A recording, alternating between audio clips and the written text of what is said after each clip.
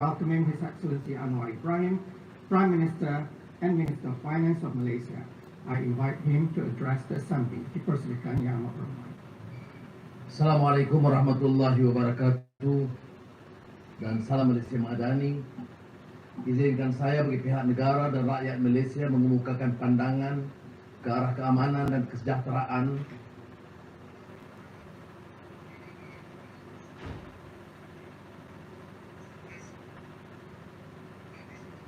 was established almost 80 years ago. The world was still reeling from the horrors of a catastrophic bloodletting that our nation's resolve should never be repeated. A decision profound in wisdom, magnanimous in intent, and bold in ambition was made so that the General Assembly would become the main deliberative, policy-making, and representative organ of the United Nations. A decision that manifested no less than the very strength and courage of our convictions. By giving equal voice to the sovereign nations of the world, the founders of the United Nations pursued a vision of a more democratic world predicated on the dictates of equity and justice. This was a vision that consigned to the past the predations of the strong of the weak, the strong over the weak, of the rich and powerful over the poor and the marginalized, and of the big powers over the rest. That vision, in my opinion, has been utterly shattered to pieces. Today, we find that the major powers and those that aspire to greater international status are increasingly casting the United Nations aside for smaller, supposedly more efficacious platforms. As the powers that be continue to pay lip service to the imperative of multilateralism, we see the emergence of minilateralism instead, effectively becoming fragmented configurations of power. Mr. President, we are living in a deeply polarized world. We are seeing major power rivalry unfolding with consequences that will negatively impact nations, especially the smaller ones in the regions of conflict. The upshot is that we are confronted with a geopolitical and geostrategic dilemma.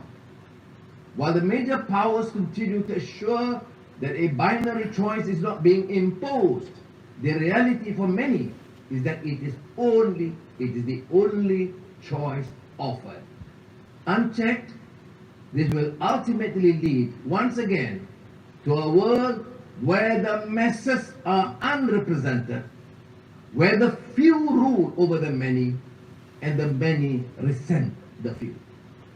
The lofty ideals and principles enshrined in the UN Charter call upon nations to resolve their disputes through peaceful means and refrain from the threat or use of force against the territorial integrity and sovereignty or political independence of any state.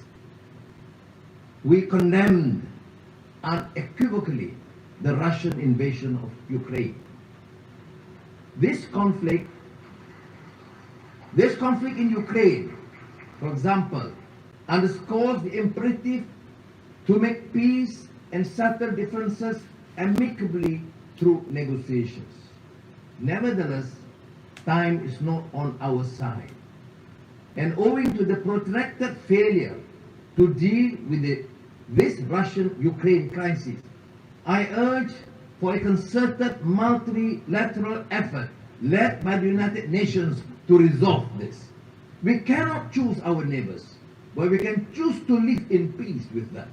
And peace cannot happen without the cessation of hostilities by all parties. It is imperative for all parties to return to dialogue and resolve their differences through the negotiation table.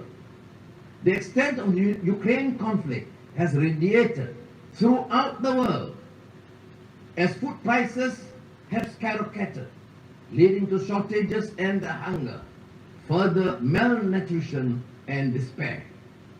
As in other conflicts elsewhere, be it in the Middle East or Southeast Asia, forced migration take place, piling on the problems of refugees and statelessness. Mr. President, in the Middle East, the politics of dispossession continues with a vengeance, with more illegal settlements being built, stripping Palestinians of land that rightly belongs to them.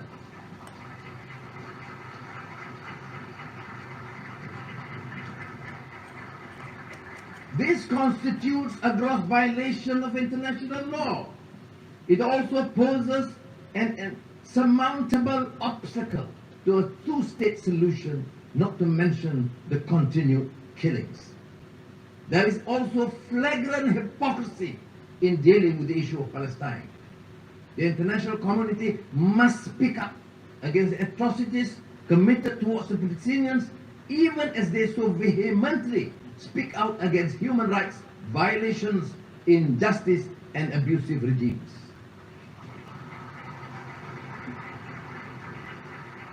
On Afghanistan, Malaysia remains deeply concerned with the dire humanitarian situation in the country.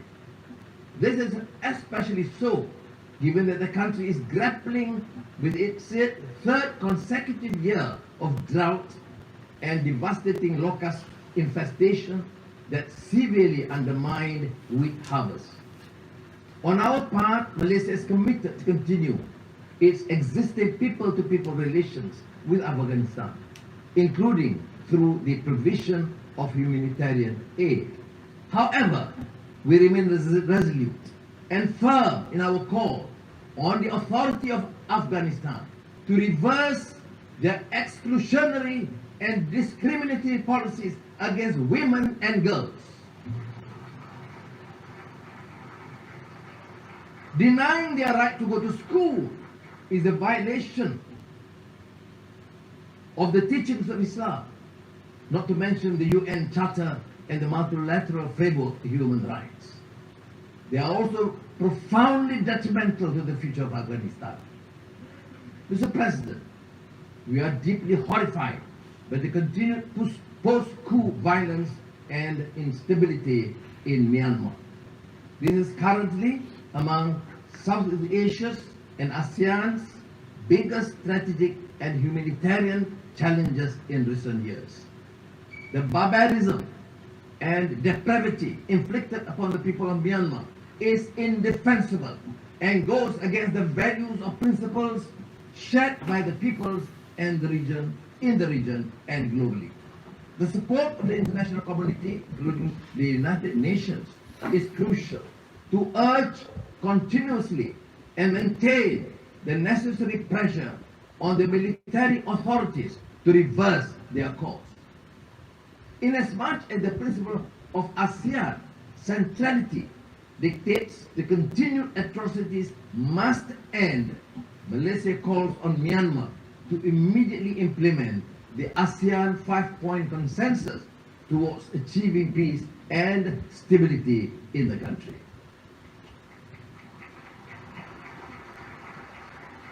ASEAN is navigating the rivalry between the major powers in the Asia Pacific. Malaysia believes that any strategy undertaken should neither start nor exacerbate a race for dominance. Instead, such strategies should contribute to peace and stability, security and prosperity in the region. Mr. President, scientists have confirmed that the world has just experienced its hottest summer in history.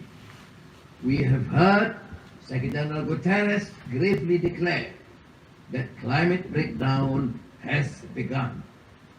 Even Malaysia is seeing an increase in adverse impacts of climate change, with increasing temperature, rising sea levels, intensified monsoons and erratic weather patterns disrupting livelihood and degrading local ecosystems. As such, we have not a moment to lose. Malaysia is doing its part by developing low carbon and renewable energy roadmaps to implement mitigating and adaptation strategies. The newly launched National Energy Transition Roadmap should aid us in achieving our NDCs as well as lighting the path towards our net zero aspirations. Discussions on climate change in the absence of equity, justice, and the necessary means to assist and empower countries to undertake greater climate action is an exercise in futility.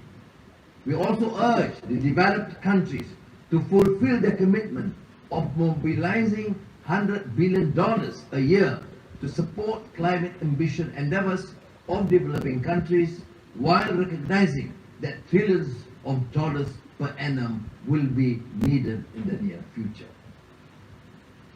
Mr. President, the 2023 SDG report has confirmed that we are falling behind, with nearly a third of the targets either at the state of inertia or worse, regressing. The global economy is also projected to continue to be weighed down by geopolitical uncertainties, supply chain disruptions, increase in commodity prices, as well as challenging financial conditions. This has widened the gap between economic growth and income, leading to a continuous disparity. As the growth in income fails to match economic growth, households become burdened with debt. We now have the super rich living side by side with the ultra poor. The contrast lies starkly in the things that matter: food on the table, shelter, access to quality education, healthcare. These factors cry out for drastic systemic reform, a total reset of global institutions that impact our lives. Or else we will continue to face widening inequality, setting apart nations and peoples. Mr. President, we are concerned over the emergence of a new form of racism characterized by xenophobia, negative profiling, and stereotyping of Muslims. This is manifested in an alarming trend of hatred, intolerance, and acts of violence against Muslims and their sanctities. We are appalled by the legitimization of these acts under the feeble defense of human rights. Quran burnings are nothing but a clear Islamophobic act intended to incite hatred.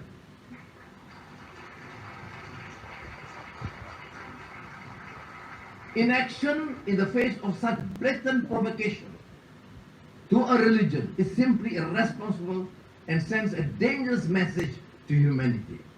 We must embody the values of acceptance, tolerance, and mutual respect. We must promote intercultural, inter-civilization, and inter-religious understanding and cooperation. We must unite our faith in common cause to promote understanding and goodwill among our peoples, and strengthen peace and harmony among nations. Mr. President, these are indeed tall orders, but that is the very reason we are here.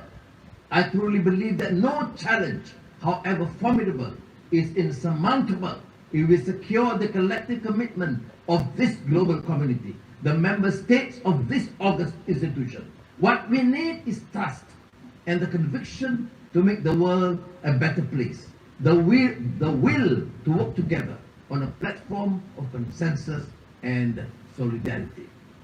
Early this year,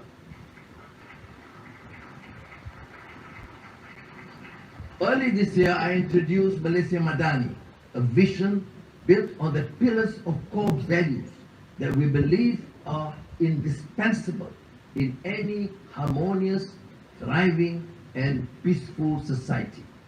Compassion, ihsan and rahmah, respect, trust and amanah, innovation, prosperity and sustainability. These basic principles and moral values also apply in the context of our relations with other countries. Whether it is G7 or G20 or G77 or APEC or the world's largest FTA, there is no denying that multilateral collaboration is the sine qua non for any effective and sustainable resolution to the crises that the world is beset with.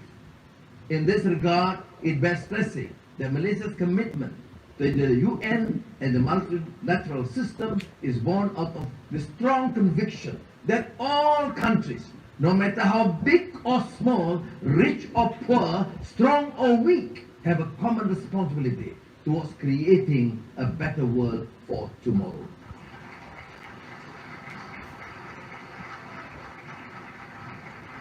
The world and our future in it is what we envision and construct it to be. Malaysia believes we can achieve this through greater trust and strengthen multilateralism. The United Nations can be the vessel to take us from despondency to a brighter future, from uncertainty to optimism, and from vulnerability to resilience. Terima kasih. Assalamualaikum. Terima kasih, Yang Amat Berhormat. On behalf of the Assembly, I wish to thank the Prime Minister and Minister of Finance of Malaysia for the statement just made, and I request protocol to escort His Excellency.